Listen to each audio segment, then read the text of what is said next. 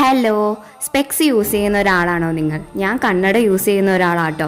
ഞാൻ എപ്പോഴും ഒരു പേടി സ്വപ്നം കാണാറുണ്ട്, ഞാൻ കണ്ണട എടുക്കാൻ മറന്നു പോണത്. മിക്കവാറും ഞാൻ ഇത് വെളുപ്പാങ്കാലത്തായിരിക്കും കണ്ടേക്കണേ. കാരണം വെളുപ്പാങ്കാലത്ത് കാണുന്ന സ്വപ്നം നടക്കൂന്നാണല്ലോ. അത് നടന്നു. അതും മാത്സ് ക്ലാസ് ഉള്ളൊരു ഡേ ആണ് ഞാൻ സ്പെക്സ് എടുക്കാൻ മറന്നുപോയത്. അവിടെ ചെന്നത് ഞാൻ ഭയങ്കര ഡെസ്പായി പോയി. ഒന്നാമത് ഞാൻ ബാക്ക് സീറ്റിലാണ് ഇരുന്നേച്ചേ.